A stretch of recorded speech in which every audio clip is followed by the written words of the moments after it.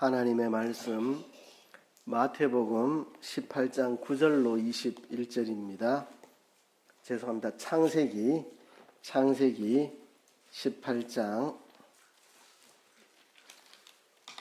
9절로 21절 교독하겠습니다. 창세기 18장 9절로 21절입니다. 창세기 18장 9절로 21절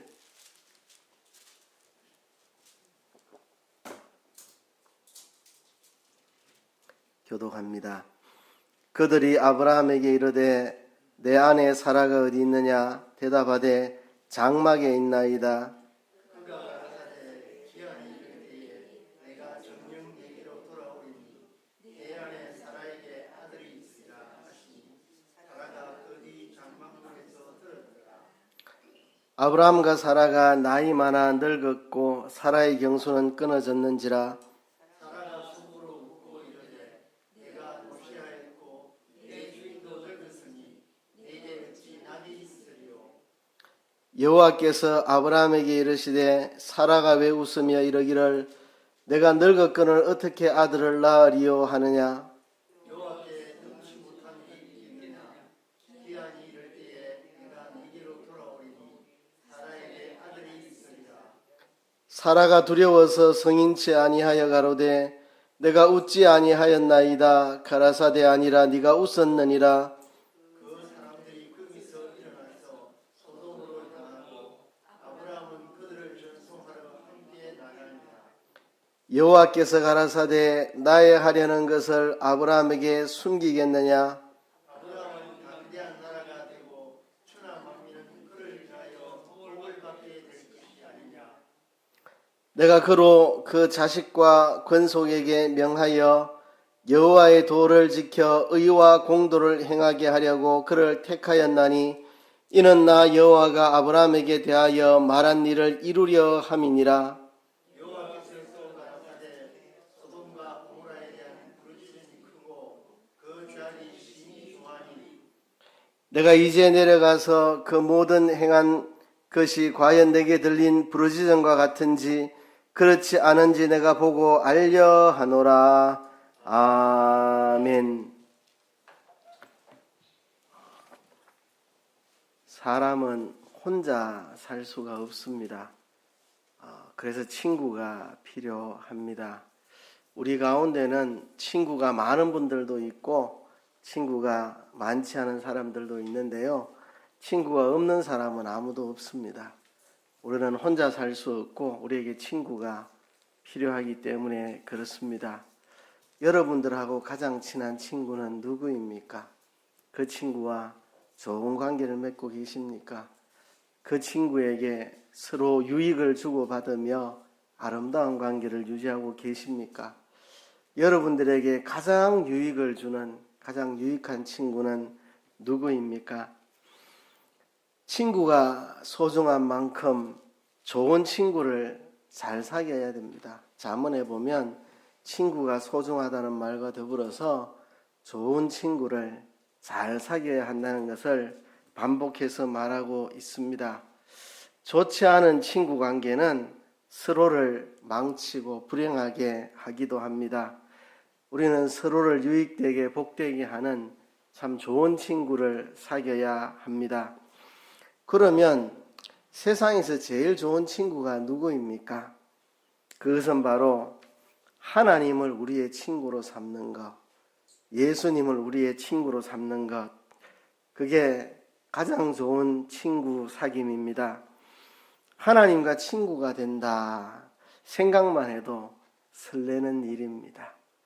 여러분, 유명인들이 내 친구라 할 때 얼마나 가슴이 설레고 기쁩니까?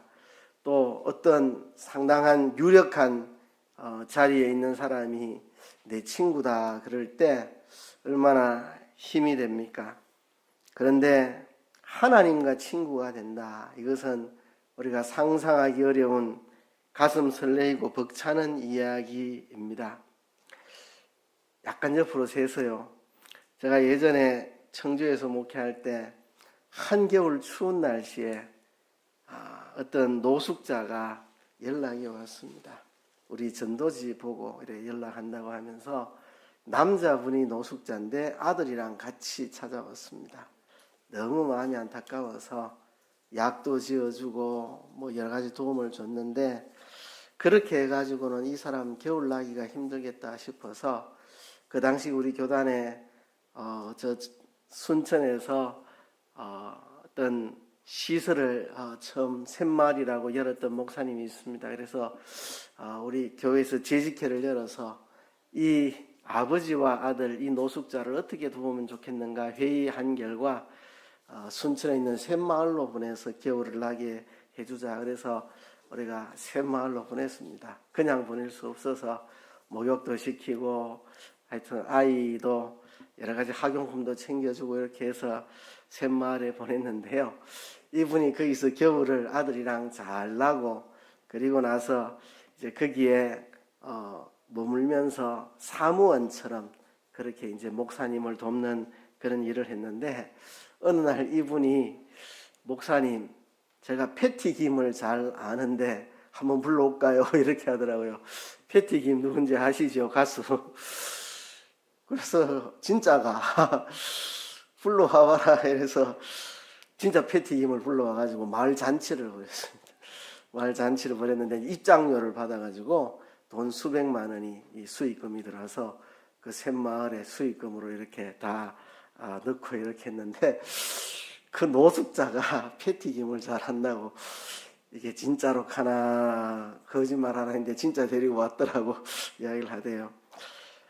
노숙자인데 패티김을 잘하는 사람이고 부르면 불러올 수 있는 그런 사람이었습니다.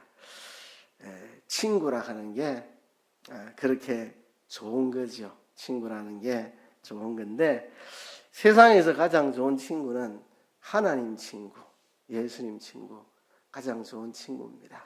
언제나 내 곁에 계시고 내 모든 사정을 다 아시고 내 모든 것을 다 도와주실 수 있고 나를 변함없이 사랑하시는 친구, 이런 친구가 세상에 어디 있습니까? 그죠? 언제나 365일 하루 24시간 항상 내 곁에 계시고 내 모든 걸 다 아시고 내 속마음까지도 다 아시고 내 필요도 다 아시고 나를 끊임없이 지켜보고 계시고 한없이 나를 사랑하시고 무엇이든지 나를 위해서 하나님이 뜻하시면 이루어 주실 수 있는 가장 좋은 친구, 하나님 친구, 그죠? 예수님 친구. 하나님과 예수님을 친구로 삼는 것만큼 좋은 친구가 없고 이만큼 설레이고 가슴 벅찬 일이 없습니다. 근데 사람이 어떻게 하나님과 친구가 될 수 있는가? 성경은 그것이 가능하다고 말합니다. 출애굽기에 보면 모세는 사람이 그 친구와 이야기하는 것과 같이 여호와께서 모세와 대면해 주셨다고 말씀합니다. 출애굽기 33장의 한 대목을 제가 읽어보면요.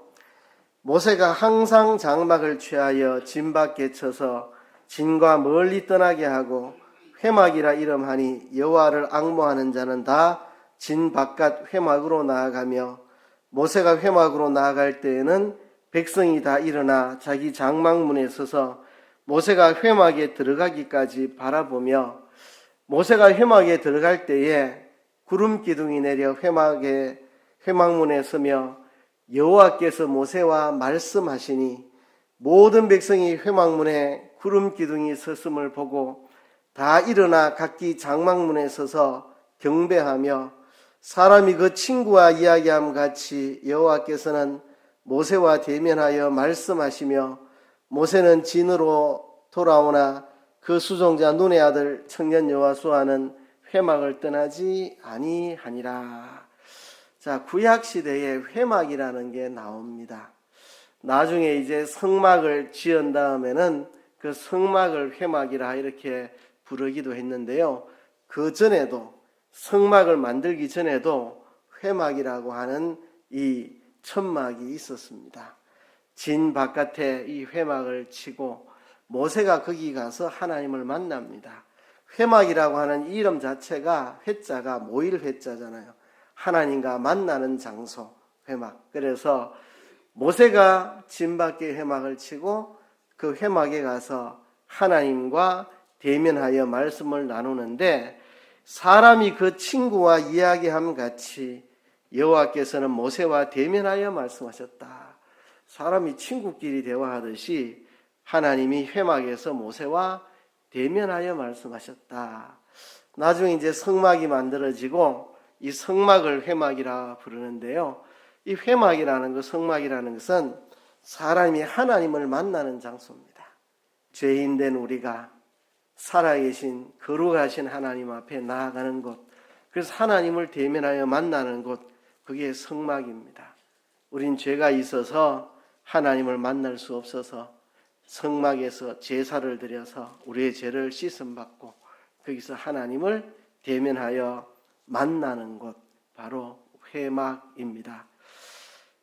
나중에 예수님이 이 땅에 오셔서 내가 곧 성전이다 그렇게 말씀하셨죠. 그리고 내가 곧 길이요 진리요 생명이니 나로 말미암지 않고는 아버지께로 올 자가 없느니라. 예수님을 통해서 우리가 아버지 하나님께로 나아갈 수 있다고 말씀하셨고, 성경의 마지막인 요한계시록에 하나님이 그 장막을 사람들과 함께 치고 하나님이 친히 사람들과 함께 거하시는 천국의 모습으로 요한계시록이 끝이 납니다. 그렇습니다. 구약부터 하나님 우리를 만나시려고 했습니다. 에덴 동산에서 하나님은 인류 조상인 아담과 하와와 에덴 동산에서 만나셨고, 그렇죠? 그리고 그 뒤에는 성막에서 하나님 만나셨고, 그리고 성전에서 하나님 만나셨고, 그 이후에는 예수님이 곧 성전이시고, 예수님을 통해서 하나님 아버지께 나아가서 아버지를 만날 수 있도록, 그래서 우리가 기도할 때도 예수님의 이름으로 기도를 합니다. 예수님을 통해서 하나님 아버지께 나아가고 하나님과 친밀한 교제를 나눕니다. 이제 예수님의 십자가 대속으로 성령께서 우리에게 오셨기 때문에 이제 우리는 주님은 우리 안에, 우리는 주님 안에 있는 이런 관계가 되었습니다. 항상 하나님이 내 안에 내주해 계시고 주님은 내 안에, 나는 주님 안에 거하는 이런 관계가 되었습니다. 이렇게 하나님은 우리와 친구 되기를 원하셨고, 우리가 친구 되기 위해서 이 땅에 오셨고, 우리를 영원한 친구로 삼아 주셨습니다.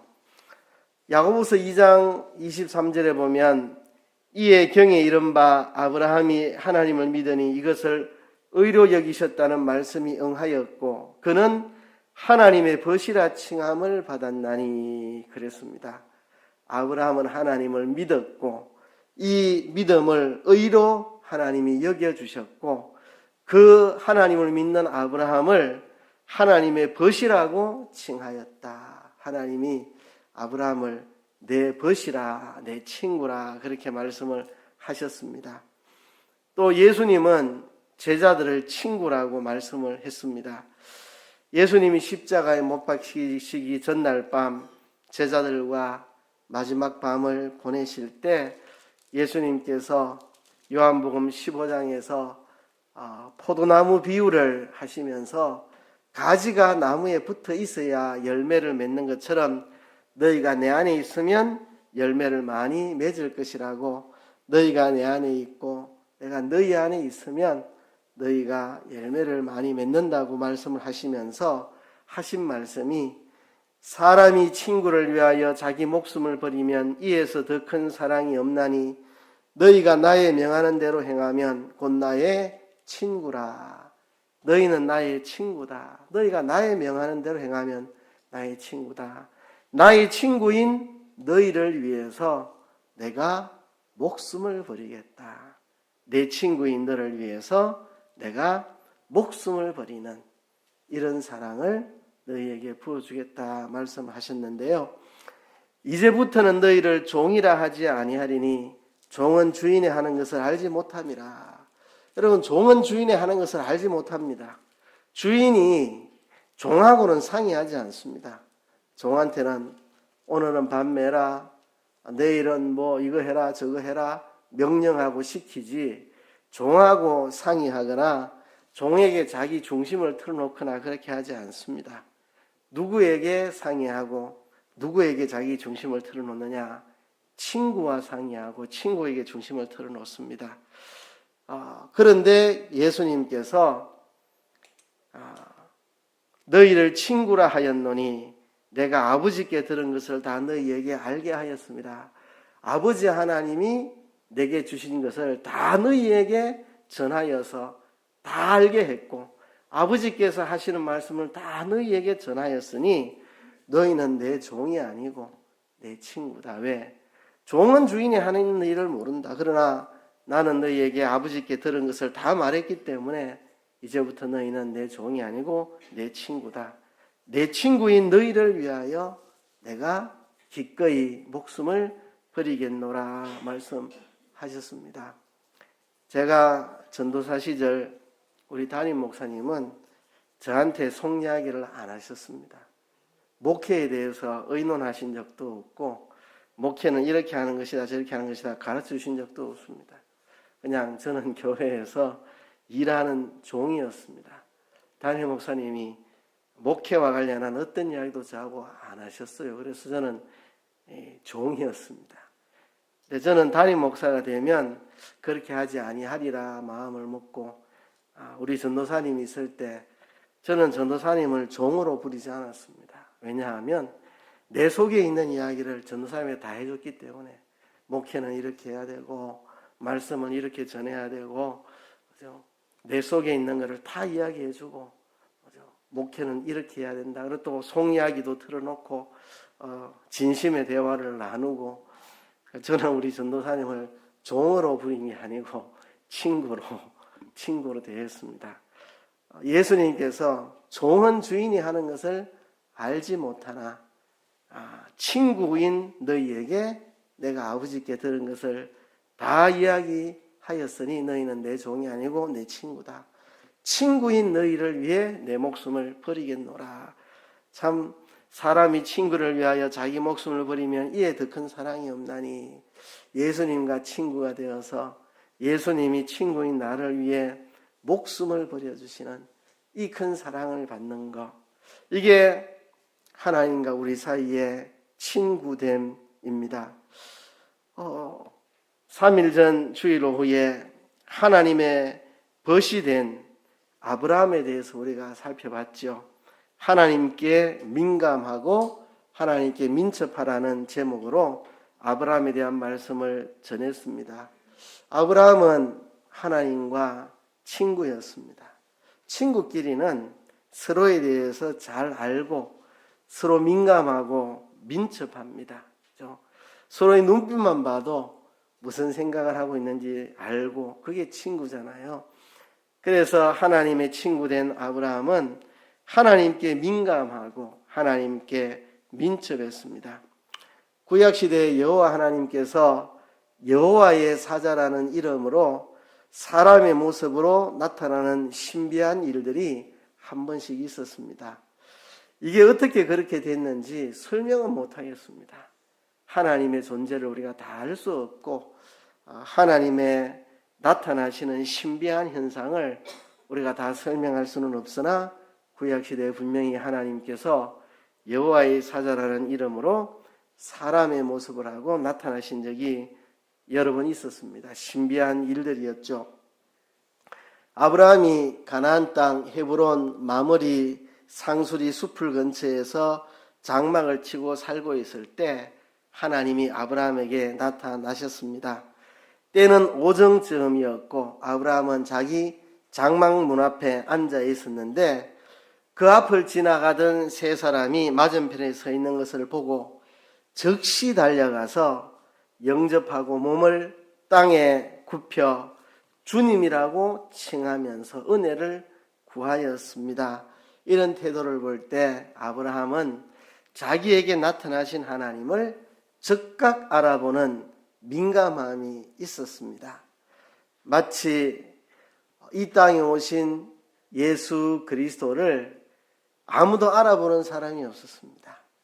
이제 결례가 행할 시기가 되어서 아기 예수님 결례를 행하기 위해 요셉과 마리아가 예수님을 안고 예루살렘 성전으로 왔는데 그 아기의 모습이 여느 아기와 똑같이 생겼기 때문에 아무도 그를 알아보는 이가 없어도 시몬과 안나라고 하는 두 노인은 이가 오실 그리스도라는 것을 알아보고 하나님을 찬양했던 것처럼 영적인 민감함이 아브라함에게는 있었습니다. 아브라함에게는 영적인 민감함이 있었습니다. 이것은 정말 하나님을 사랑하고 하나님의 말씀을 사모하는 사람에게 하나님이 특별히 내리시는 영적인 분별력입니다. 영적인 분별력. 하나님을 사랑하고 하나님 말씀을 사모하는 자에게 하나님이 특별히 내리시는 영적 분별력. 이게 바로 하나님께 민감함입니다. 그리고 하나님이 오셨다는 것을 알아보자마자 민첩하게 행동합니다. 아내에게 떡을 굽도록 이렇게 곡식을 데워주고, 그리고 종들에게 송아지를 잡아서 요리하도록 송아지를 골라서 종들에게 맡기고, 순식간에 원하는 요리를 다 만들어서 이 세 사람을 자기 장막에다가 모시고 대접을 했습니다. 이렇게 민첩하게 행동하는 모습, 이런 것은 영적인 결단력이 있어야 됩니다. 하나님을 전적으로 신뢰하는 사람, 하나님을 완전히 신뢰하는 사람에게 하나님이 영적인 결단력을 주십니다. 딱 상황 벌어지면 결단을 내리고 뭘 해야 되지. 이게 진짜 하나님이 오셨는 게 맞나? 어떻게 해야 되나? 머뭇거리면 그냥 가고 없습니다. 머뭇거리면 지나가고 없습니다. 결단력 있게 장막으로 모셔오고 순식간에 요리를 해가지고 대접을 하는 이런 영적인 결단력, 진짜 하나님 한 분만을 의지하는 사람에게 주시는 영적인 결단력, 이게 하나님께 민첩함입니다. 아브라함은 이렇게 영적인 민감함과 민첩함이 있는 사람이었습니다. 그런 아브라함에게 하나님이 어떤 복을 주셨는가 하는 것을 오늘 덧붙여서 이야기하려고 합니다. 하나님께 민감하고 민첩했던 아브라함이 어떤 복을 받았는가, 세 가지를 본문에서 찾을 수 있는데요. 첫 번째는 하나님을 나무 아래 모셔선 행복을 그는 누릴 수가 있었습니다. 오늘 본문 8절에 그렇게 말씀을 합니다. 8절을 읽어보면 아브라함이 버터와 우유와 하인이 요리한 송아지를 가져다가 그들의 앞에 진설하고 나무 아래 모셔섬에 그들이 먹으니라 이랬습니다. 아브라함이 자기가 요리한 정성껏 준비한 요리를 그들 앞에 다 진설해 놓고 나무 아래 모셔서서 그들이 먹는 모습을 지켜보고 있을 때 아브라함이 얼마나 행복했을까 하는 겁니다. 우리 옛날 어른들이 논에 물 들어가는 거하고 자식 입에 밥 들어가는 거 참 보기 좋다 이러는데요. 저는 주일날 교인들 모여서 식사하는 모습 보면 얼마나 즐거운지 모릅니다. 청년들, 학생들 예전에 북적일 때는 우리 사택에 불러서 밥도 많이 해먹이고 했는데요. 사랑하는 이들에게 음식을 준비해서 대접하고 그들이 기쁨으로 그 음식을 먹을 때 얼마나 행복합니까? 하물며 하나님께서 신비하게도 세 사람의 모습으로 나타나셨는데 그분들에게 음식을 자기의 정성껏 준비한 송아지를 한 마리 잡았으니까 얼마나 정성껏 준비했겠습니까? 그 음식을 대접하는데 그분들이 즐겁게 드시는 모습을 나무 아래 모셔서서 바라보고 있는 이 모세가 얼마나 기쁘고 즐거웠겠습니까? 자기 앞을 지나가는 분이 하나님이 찾아오신 것이라고 알아보고 즉시 그들을 모셔드리고 온 집안 사람을 다 동원해가지고 순식간에 민첩하게 아주 훌륭한 요리를 한 상 준비하고 그분들이 자기가 차려드린 상에서 식사하는 모습을 아브라함은 나무 아래 모셔서서 지켜보고 있습니다. 이 광경을 이렇게 보고 있는 아브라함이 누리고 있는 이 행복 상상해 보세요. 너무나 아브라함이 행복했을 것입니다. 이것이 아브라함이 적성에서 누린 첫 번째 축복입니다. 첫 번째 축복. 그죠? 하나님을 민감하게 알아보고 민첩하게 대접하는 그 자체가 축복입니다. 그죠? 하나님이 내게 찾아오셨다는 것을 민감하게 감지하고 그 하나님께 내 정성을 다하여 대접하는 그것이 그 자체가 얼마나 놀라운 축복인지 모릅니다. 오늘날도 하나님이 여러 상황, 여러 모습으로 우리에게 찾아오십니다. 때로는 어린아이 하나의 말을 통해서 하나님 내게 뭔가 말하고 계신다. 그죠? 때로는 신문 한 기사를 통해서 하나님이 이 기사를 통해 내게 뭔가 말씀하시려고 찾아오셨다 느낄 때도 있고, 그죠? 그럴 때가 있는데, 그럴 때 민감하게 그것을 감지하고 깨닫고 하나님을 내 마음에 모시고 하나님의 뜻에 순종하고 하나님 기쁘시게 순종해드리는 그 자체가 얼마나 축복된 일입니까? 두 번째는요, 본인들도 믿기지 않는 기적적인 소원의 성취가 이루어졌습니다. 오늘 본문 10절부터 보면 그렇게 말합니다. 그가 가라사대 기한이 이를 때에 내가 정녕 네게로 돌아오리니 내 아내 사라에게 아들이 있으리라 하시니 사라가 그 뒤 장막문에서 들었더라. 1년 후에 사라가 아들을 낳게 될 것이라는 약속을 해 주십니다.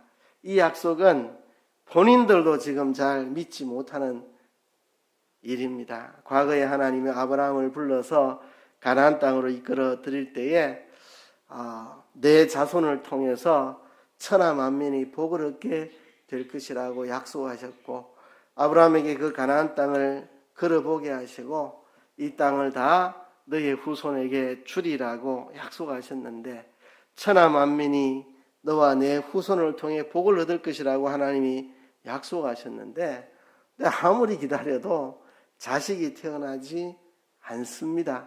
그죠? 이제 아브라함 99세가 되었고 사라 89세가 되었고 노인 중에 노인이 되었는데 자식이 없습니다. 이제 사라는 경수도 끊어졌고 더 이상 나는 자식을 낳을 수가 없는 사람이다. 이렇게 실망하고 있는 이 즈음에 명년 이맘때에 자식을 낳을 것이라고 약속을 해 주십니다.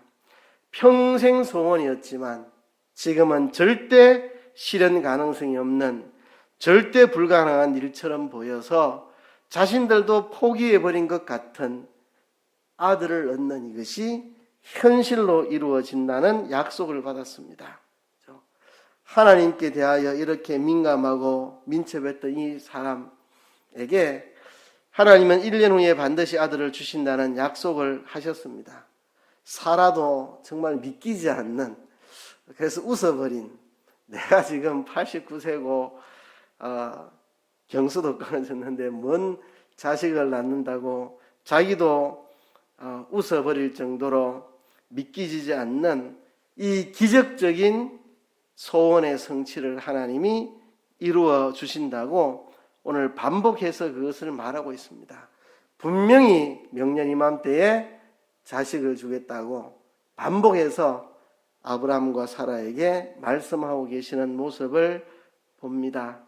우리도 상상하기 힘든, 우리도 믿기 어려운 기적적인 축복을 하나님이 하나님에 대해 민첩하고 민감한 이 아브라함에게 내려주셨습니다. 오늘도 하나님께 민감하고 민첩한 사람들에게 우리가 상상할 수 없는 믿기 어려운 기적적인 축복을 하나님이 주신다는 것입니다. 세 번째는요, 하나님의 역사 진행에 아브라함을 파트너로 삼아 주셨습니다. 하나님이 아브라함을 그 정도로 인정해 주시는 겁니다. 하나님은 창조주로서 세상을 섭리하시는 섭리자로서 세상을 홀로 주권적으로 통치하시는데 그 하나님의 통치에 대해서 서로 의논하고 상의하고 대화 나누는 그런 파트너로 아브라함을 삼아주시는 놀라운 축복이었습니다. 음식을 다 잡수신 이 세 사람이 이제 자리에 일어나서 그 길을 가려고 합니다. 지금 소돔 땅으로 가고 있는 길인데 그 길을 가려고 나섰고 아브라함은 그분들을 전송하려고 뒤따르고 있었는데 이 세 사람이 가던 길을 멈추고 돌이켜서 아브라함에게 놀라운 사실을 미리 가르쳐 주십니다. 처음에는 무슨 이야기를 했느냐 하면 17절에 보면 여호와께서 가라사대 나의 하려는 것을 아브라함에게는 숨기겠느냐. 창조주 하나님이 주권자 섭리자 통치자 하나님이 내가 하려고 하는 것을 어찌 아브라함에게 숨기겠느냐. 여러분 배우자에게 뭐 숨기는 일 없죠. 그죠? 제가 가정에 대해서 설교할 때 여러 차례 말했습니다. 부부 사이에 비밀이 있으면 안 됩니다. 그건 부부가 아니죠. 부부 사이에는 비밀이 있으면 안 됩니다. 그죠? 배우자에게 뭘 숨기면 그건 부부의 태도가 아닙니다. 배우자에게는 아무것도 숨기지 않는 관계가 돼야 되죠. 그죠? 친한 친구가 있으면 친한 친구에게 뭘 숨기는 게 옳지 않죠. 그죠? 내가 니한테 이거를 숨길 수 있겠네. 니한테는 내가 다 말한다. 그죠? 이렇게. 저도 우리 교회 장로님들 계시는데 무슨 일이든 장로님들한테 제일 먼저 이야기를 합니다. 교회 광고 나가기 전에 장로님들에게 먼저 말합니다. 왜냐하면 장로님들이 저한테 소식을 광고 시간에 들으면 되겠습니까? 그죠? 먼저 장로님들한테 이야기 드리고 그 다음에 내가 광고 시간에 광고하고 제가 항상 모든 일을 다 그렇게 하지는 못하는데 바쁘고 정신없다 보면 한 번씩은 뭐 놓치기도 하고 또 중요하지 않은 일은 또 그냥 하기도 하는데 중요한 일은 사전에 다 장로님들한테 이야기하고 그 다음에 광고를 하고 합니다. 그건 내가 장로님들에 대한 존중하는 마음이죠. 진짜 친한 친구가 있다면 나의 하려는 것을 어찌 너에게 숨기겠느냐 하는데 하나님이 아브라함에게 나의 하려는 것을 어떻게 너한테 숨기겠느냐. 그만큼 아브라함이 하나님과 친밀한 관계였습니다. 하나님이 하려고 하는 게 뭐냐 하면 첫 번째는요. 아브라함은 강대한 나라가 되고 천하 만민은 그를 인하여 복을 받게 될 것이 아니냐. 내가 그로 그 자식과 건속에게 명하여 여호와의 도를 지켜 의와 공도를 행하게 하려고 그를 택하였나니 이는 나 여호와가 아브라함에게 대하여 말한 일을 이루려 함이니라. 첫 번째는 하나님이 아브라함의 후손을 통해서 천하 만민이 복을 얻는 이 축복을 얻게 하시리라고 하나님이 하실 계획을 말씀해 주셨고 또 하나가 있습니다. 20절에 보면 여호와께서 또 가라사대 소돔과 고모라에 대한 부르짖음이 크고 그 죄악이 심히 중하니 내가 이제 내려가서 그 모든 행한 것이 과연 내게 들린 부르짖음과 같은지 그렇지 않은지 내가 보고 알려 하노라. 소돔과 고모라에 대해서 하나님이 가보시고 그들을 심판하시려고 내려가신다는 것을 아브라함에게 숨기지 않고 말씀을 해 주십니다. 그때 아브라함이 오늘 읽진 않았지만 하나님께 간청을 하지요. 하나님, 의인은 악인과 함께 멸하시려고 하십니까? 소돔성에 의인 50명이 있으면 그래도 멸하시겠습니까? 아니, 네 말대로 50명만 있어도 내가 멸하지 않겠다. 그럼 45인은요? 45인이 있어도 안 멸한다. 40명, 30명, 20명, 10명 6번이나 아브라함이 하나님께 호소를 했고 하나님 아브라함의 말을 듣고 의인 10명만 있어도 내가 소돔을 멸하지 않겠노라고 하나님께서 말씀하셨습니다. 사실 이 광경이 성경을 처음 읽을 때는 굉장히 충격적이고 놀라운 광경이었습니다. 지금은 맨날 읽으니까 이제 덤덤하게 읽지만 초신자 때 성경을 처음 읽을 때는 이 광경이 너무 이상하고 신비하고 놀랍고 굉장히 충격적인 내용이었습니다. 창조주 하나님이신데, 주권자 하나님이신데, 전능자 하나님이시고 역사를 홀로 주관하시는 섭리자 하나님이신데, 하나님이 사람인 아브라함과 역사 진행에 대해서 의논하고 있고 아브라함의 의견을 받아들이고 아브라함 의견대로 그렇게 하겠노라고 말씀하시고, 하나님이 완전히 사람과 친구가 되어서 하려는 것을 상의하고 의논하고 의견을 받아들이고, 이런 장면, 이게 어떻게 가능한가? 굉장히 초신자 때는 이 부분이 전율로 다가왔습니다. 이런 것이 가능하나? 사람이 하나님과 친구가 되어서 친구끼리 내가 니한테 어떻게 이거를 숨기겠노? 니한테 숨길 수는 없지 하고 하려고 하는 것을 다 말씀해 주시고, 하나님 내 생각이 이런데요. 아 그래 그거 맞다. 그렇게 할게. 이런 게 이게 가능한가? 상당히 놀라웠습니다. 아브라함은 정말 하나님과 가까이 모시는 그런 사람이었다는 것을 본문을 통해서 잘 알 수 있습니다. 하나님이 아브라함을 세상을 통치하는데 파트너로, 동력자로 삼아주시는 거, 이게 얼마나 큰 축복인지, 하나님이 그런 사람으로 삼아주신 거 놀라운 축복이죠. 그죠? 그래서 아브라함이 세 가지 복을 받고 있습니다. 첫째는 하나님을 모셔서 대접하는 그 행복, 하나님을 대접하는 그 행복. 두 번째는 본인도 믿기지 않는 기적적인 소원 성취를 이루는 축복. 세 번째는 하나님의 역사 진행에 하나님의 동력자로 인정을 받은 것. 이 세 가지 복을 아브라함이 받았습니다. 하나님이 우리에게 찾아오실 때는 세숫대야에 물 한 컵 떨어지면 먼지 묻었는데 발 좀 씻게, 물 좀 떠서 내 발 좀 씻어다오, 그러려고 하나님 찾아오시는 거 아니고, 굶주린 배 송아지 잡아서 차려준 맛있는 거 배불리 먹으려고 찾아오시는 게 아니고, 하나님께 영광이 모자라서 사람의 도움을 받아서 영광을 채우려고 오시는 게 아니고, 하나님이 우리를 찾아오시는 것은 우리를 하나님과 동급의 인물로 성격시켜서 하나님과 친밀한 사람으로 하나님과 함께 세상을 경영하는 동력자로 삼기 위해서 우리를 찾아오시는 겁니다. 그저 물 한 그릇 떠서 발 씻으려고, 송아지로 요리한 맛있는 음식 한 상 먹으려고 오시는 게 아니고, 우리를 하나님과 대화하고 하나님과 교제하고 세상 경영에 있어서 하나님과 상의하는 하나님급 인물로 우리를 성격시켜 주시려고 찾아오시는 겁니다. 그래서 교회를 그리스도의 몸이라고 했습니다. 그리스도는 머리시고 우리는 그리스도의 몸이고, 그리스도는 우리의 신랑이고 우리는 신부고, 그리고 우리를 하나님의 성전으로, 하나님이 우리 안에 내주하시고 가시는 성전으로 우리를 삼아주셨습니다. 하나님은 우리를 이렇게 하나님과 함께 동력하는 하나님급 인물로 우리를 성격시켜주기 위해서 우리를 찾아오시는 겁니다. 그것 때문에 에덴 동산에서 하나님 아담과 하와를 만나주셨고, 그것 때문에 예수님이 이 땅에 찾아오셨고, 그것 때문에 성령님이 이 땅에 오셨고, 지금도 우리를 찾아오시는 이유는 우리를 하나님과 교제하고 하나님과 함께 세상을 통치하는 하나님급 인물로 성격시켜 주려고 우리를 찾아오시는 겁니다.